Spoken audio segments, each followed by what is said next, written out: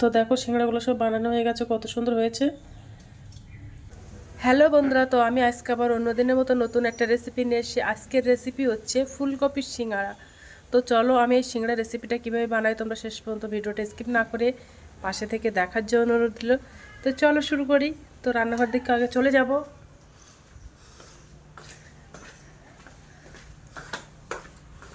তো দেখো আমি রান্নাঘরে চলে এসেছি, এবার আমি রান্নাটা শুরু করব। প্রথমে আমি সিঙ্গাড়ার জন্য একটা আটা মেখে নেব। দেখো আমি এই বাটির এক বাটি ময়দাটা নিয়ে নিয়েছি, এর মধ্যে 250 গ্রাম ময়দাটা আছে, তো ওটা দিয়ে দেবো গামলাটির মধ্যে। একটু লবণ দিয়ে দেব, 2 চামচ সাদা তেল দিয়ে দেব, দিয়ে ময়দাটা ময়াম দিয়ে মেখে নেব। ময়ামটা বেশ একটু ভালো করে দিতে হবে, তাহলে সিঙ্গাড়াগুলো খাস্তা মচমচি হবে। 1 চিমটে কালো জিরা দিয়ে দেব। কালো জিরাটা দিলে খেতে ভালো লাগে, তার জন্য কালো জিরাটা দিয়ে দিলাম। তোমরা চাইলে এটা বাদ দিয়ে দিতে পারো যারা পছন্দ করো না। দেখো আটাটা মোটো হয়ে যাচ্ছে আর দলা ভেঙে যাচ্ছে, তার মানে আমার ময়াম দেওয়া হয়ে গেছে। এবার আমি আটাটা মেখে নেব জল দিয়ে।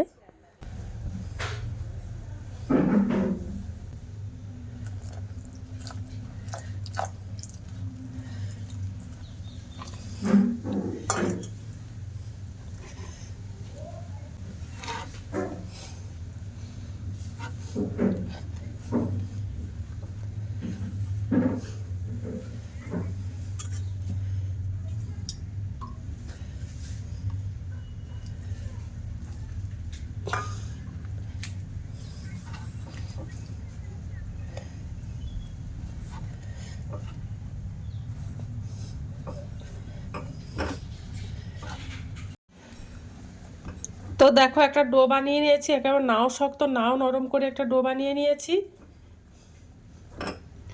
তো এবার আমি একটা সিঙ্গাড়ার জন্য একটা পুর বানিয়ে নেব। তো উনানে আমি একটা ফ্রাইং প্যান দিয়ে দিয়েছি। ফ্রাইং প্যানটা গরম হয়ে গেছে, এবার আমি ওদের একটু সরিষার তেল দিয়ে দিলাম। তেলটা গরম হয়ে গেছে, এবার আমি বাদাম ভাজা করে নেব কিছুটা।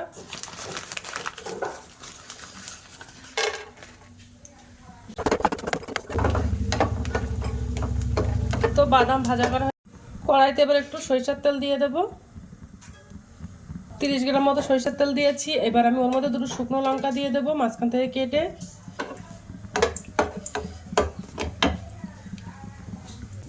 আর 1/2 চামচ পাঁচফোড়ন দিয়ে দেবো। পাঁচফোড়নটা একটু তেলে নাড়াচাড়া করে নেব।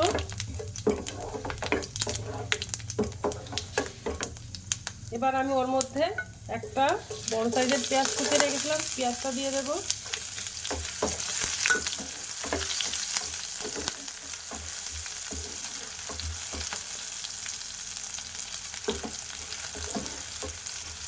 পেঁয়াজটা হালকা লাল লাল করে ভাজা করে নিয়েছি। এবার কাঁচা লঙ্কা কেটে রেখেছিলাম, কাঁচা লঙ্কাগুলো দিয়ে দেব, দিয়ে ভাজা করে নেব। 1/2 চামচের কম লঙ্কার গুঁড়ো, চামচের কম ধনে গুঁড়ো, 1/2 চামচেরও কম জিরা গুঁড়ো।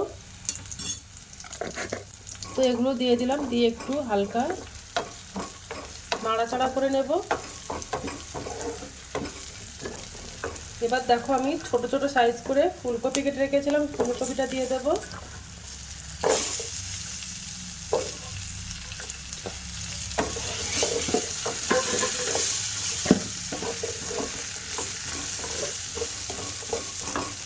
দেখো ছোট ছোট করে কিউব সাইজের আলু কেটে রেখেছিলাম, আলুটাও দিয়ে দেব। একটা বড় সাইজের আলু কেটে রেখেছিলাম, সেই আলুটাও দিয়ে দিলাম। দিয়ে ভালো করে কষিয়ে নেব। একটু জল দিয়ে দেব।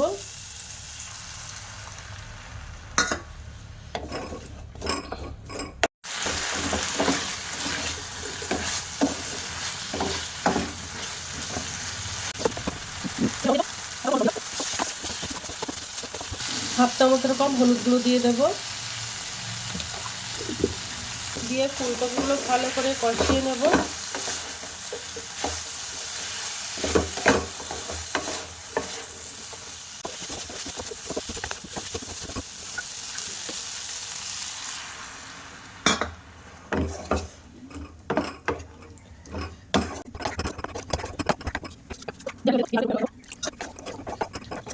তো ঝোলটা দেখো কষা কষা মতো হয়ে গেছে। এবার আমি ওর মধ্যে হাফ চামচ মিট মশলার গুঁড়ো দিয়ে দিলাম। তোমরা চাইলে সবজির মশলাও দিতে পারো, তো আমার কাছে এটা ছিল, এটাই দিয়ে দিলাম। দিয়ে একটু বেশ ভালো করে কষিয়ে নেব।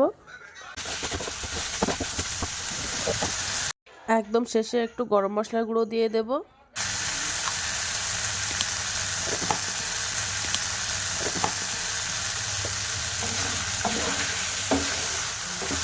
আর যে বাদামটা আমি ভাজা করে রেখেছিলাম ওই বাদামটা দিয়ে দিলাম।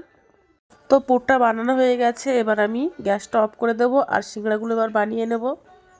প্রথমে দেখো আমি একটা লেচি কেটে নিয়েছি, নিয়ে এবার গোল রুটি মতো করে নিয়েছি। এবার আমি বেলে নেব। একেবারে গোল করে বেলবো না, একটু লম্বাটে মতো করে বেলবো। দেখো আমি লম্বাটে মতো করে বেলে নিয়েছি, একেবারে গোল করে বেলে নেইনি। এবার আমি ছুরি দিয়ে দুটো ভাগে ভাগ করে নেব, একদম সমান করে নেব, ছোট বড় যেন না হয় এমনভাবে নেব। তো দেখো ভাগ করা হয়ে গেছে। দেখো যে রুটিটা আমি বানিয়েছিলাম ওর সমান সাইডটা আমি জল লাগিয়ে দেব। দিয়ে এবার সিংড়াগুলো বানিয়ে নেব, যেন জোড়াটা লেগে যায় ভালোভাবে, তার জন্য আমি জল লাগিয়ে দিচ্ছি, তাহলে পরে আর ছাড়িয়ে যাবে না জোড়া লাগানোর পরে। তো এবার সিংড়ার শেপগুলো আমি দিয়ে নেব।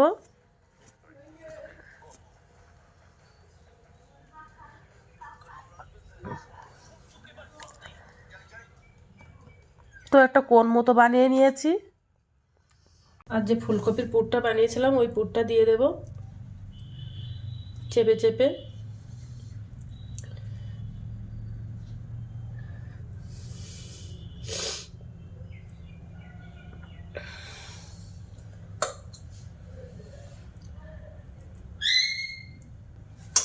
বেশ পুরটা দিয়ে দিলাম। দিয়ে এবার মুখটা জোড়া লাগিয়ে দেব।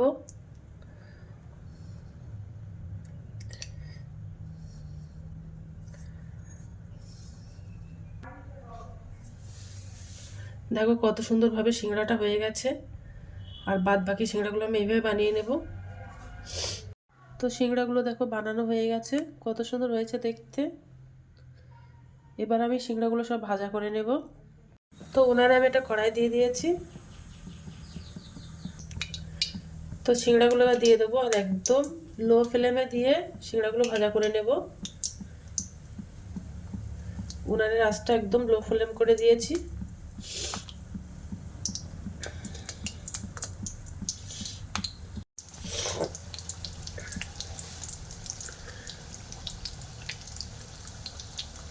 একটু হাতে সময় নিয়ে ভাজাটা করতে হবে।